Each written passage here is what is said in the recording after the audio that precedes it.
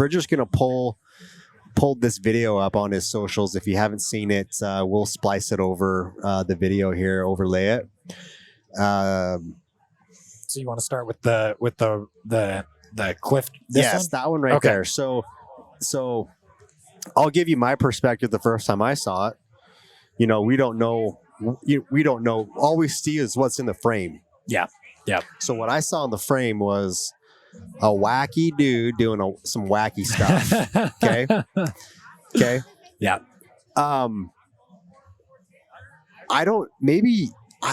It just seemed like there was some very high consequence, and you were doing some very playful stuff above some very high consequence.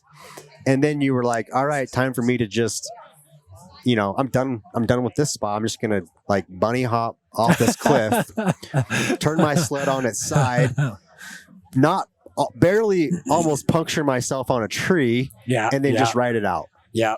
So let's pull that video up and give me let's walk through this. So let's restart the video here. Yeah, give us some perspective here. Are we screen recording? Oh yeah. Let's see if we can record this. Screen record that, so as we talk, we can have it recording for us.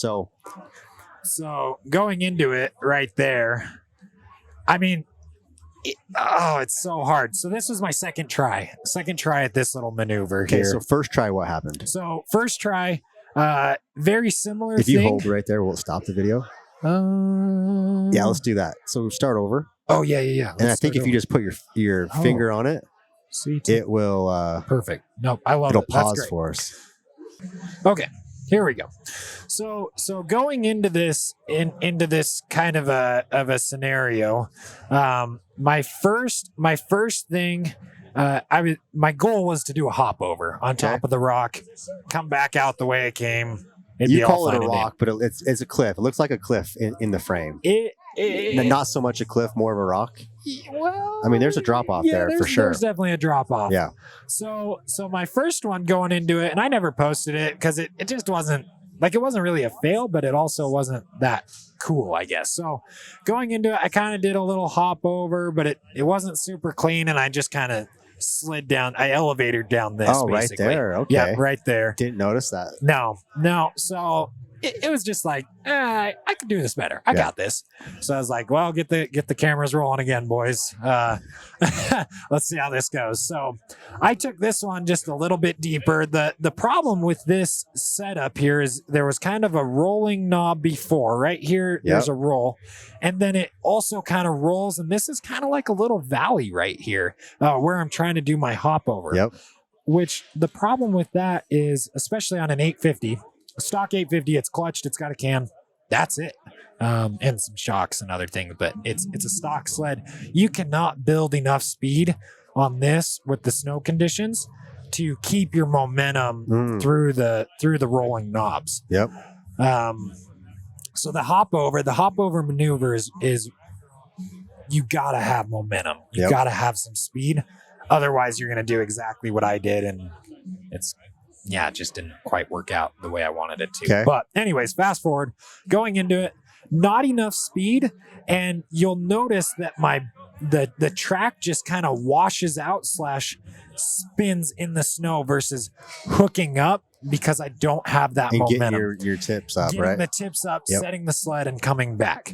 So it kind of comes back, but it spun so fast, and I was not in a great position where I'm at. I'm looking down here when I should have been looking uphill. Yeah. Because you always want to look where you go. That's a Chris Brandt thing. Yep. You look where you want to go. So, I mean, I'm just holding on for dear life. So right here, So right here, you're just holding on. Yeah, I'm just holding on, and I'm like, well, we'll see how this goes. Okay. So now you've turned this into a bow tie pointed down over the cliff. Yes. Yep. Or the rock, as I call it, I guess. And I stick it, I land it, in that little valley. Yep, in the little valley. And this is so much steeper than it looks. I mean, it's a lot steeper than like any video. Yep. So I get my sled up. I kind of do the pin and wiggle. Yeah, the classic pin and wiggle. And I'm looking down there and I'm thinking, was this ever an option to you? Were you thinking no, that wasn't the idea. This was like plan way down the list. As Levi Green would say, don't do a plan B. Just go with the plan A. Yep. I didn't have a plan B. So I kind of do the pin and wiggle. I'm looking over the edge here and I'm thinking, that's pretty nasty looking. And there's kind of a ledge down here that you don't really want to go over into. So I got myself set up and I just kind of started looking at this other route, and it happened a lot quicker than I thought. When I look at the video, I'm like, why didn't I take some more time to look at this? Yeah. Hey, buddy. So anyways, I set myself up and I just go for it. Go for the panel side hill drop. You know, when you drop into this, you're going to have to panel it and crank it around and land into the mountain right there. Yeah, and I'm thinking, how come you couldn't just go? Was there not enough down here? This is flat in the bottom. Okay, it's completely flat. You couldn't have. Yeah, so like in the bottom of the frame, it's like a little trail, basically a packed trail. You've got to take that side hill right there. If it would have been just like a straight downhill, right off the top, easy peasy. And that's what you don't see in some of these videos, right? So I'm thinking, let's just go with the side hill drop. I've seen it in some videos. We'll give it a go. Yeah. And I didn't. So hold on. So you've never pulled this maneuver off? Not quite like that. This. Not off something. Okay. I'm not going to say it's so you're learning big, on the fly. You're somewhat learning on the fly from what. Yeah. I mean, you watch some YouTube videos, you're good. Okay. Yeah. It's like, all right. We'll figure it out. But this was a lot safer than over here. There's a big rock over here that's sticking out. This looked a little better to me, and that tree is pretty. It's a hittable tree. Yeah, hittable. Hittable. So, anyways, I go for it, and I just lay on the pipe as I'm coming into it to get my front end up and also spin the track sideways. Okay. So you land kind of in a side hill. And then I did hold on with one hand. My other one, the tree just kind of ripped me off, unfortunately. And then there it is right there. It's all up in your stuff. The tree's in it. Yeah, the tree's in my stuff. And then that tree actually tethered me right there. It's kind of funny. So if you watch, if this will load, I guess we'll see. But from the other view, that tree actually tethered me. I wasn't planning on killing my sled. It just tethered me. Jake Larson, love the guy. He was recording this one, and so come around, boom, land, and you can kind of see the steepness of this hill, and it's just flat in the bottom. It's super flat. There's no real great run out, I should say. Like your sled could just stick right in the bottom. You could just nose it right in. Yeah. And that is not ideal. So you're getting out, you take a little peep over the top. Yeah, I like this way a little bit better. Yeah, I'm looking, I'm like, man, that looks like an insurance claim about to happen. I better not go that way. So let's see if it loads here. Here we go. So I'm looking, give it the look, and I'm thinking, man, this other way looks a lot better, because you can kind of see it's flat. I mean, it's so flat in the bottom there, and that's where it was really crucial to just peg it and get the track to spin kind of before you got down there. Yeah. So start to line it up. I'm thinking, oh man, this is either going to be really good or really bad, but I've got some confidence this should work out okay. Our Wi-Fi is not working with us very well right now. There we go. Boom. And I held on with one hand, and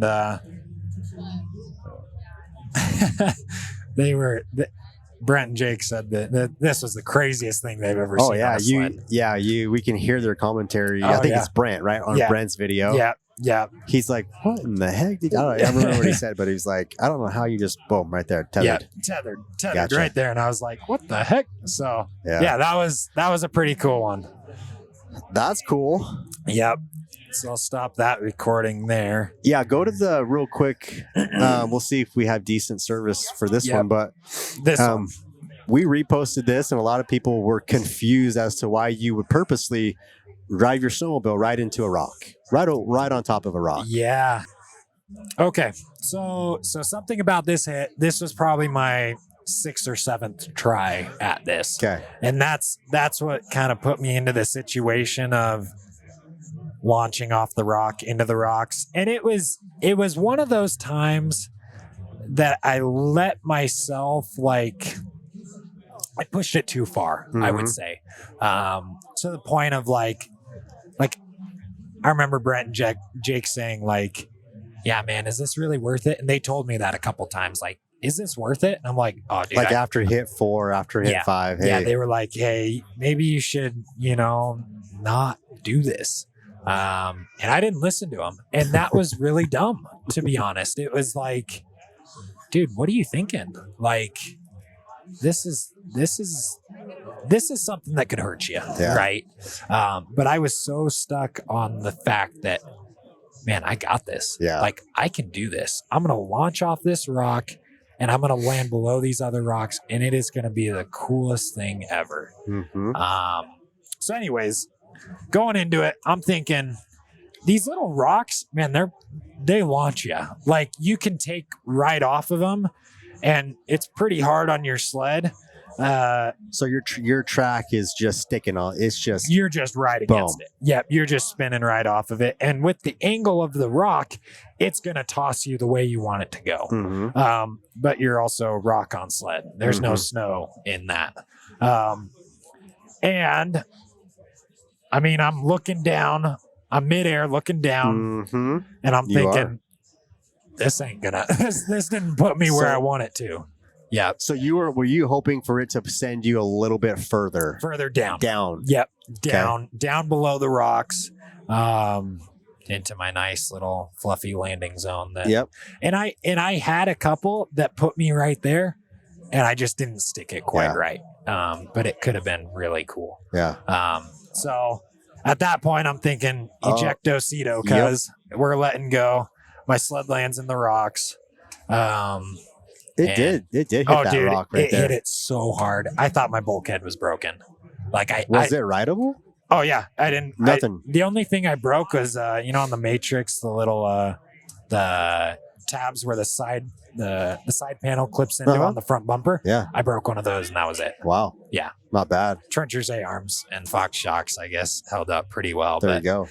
Yeah, it was just one of those hits where I was like, after that happened, I was like, Bridger, what are you doing? Like, reality check. Yeah. Let's think about this a little bit more before you do that again. And I didn't hit it again. That was kind of my turning point where I was like, okay, is this worth it? Yep. Because everybody wants to get views and everybody wants to be the best. But at what point do you want to do that? Yeah. Like, there's got to be some sort of risk management. Because if that didn't turn out the way it turned out, now you got to deal with potentially, sled that's not running. You got your boys there who you probably just ruined their rest of their day as well, and then pulling that thing out, and so But you're also pushing yourself, bro. Like, you're trying to get better, and that's like by not doing those kinds of things. As long as it's somewhat calculated. Yeah, like. People who want to push themselves, they're making some of those types of decisions, right? Yeah. No, it's the nature of the beast. I mean, you gotta, if you want to. I'm not trying to be the best, but I'm trying to be the best that I can be. Yeah. Right. Yeah. So you gotta make those decisions. Yeah. Risk assessment, I guess.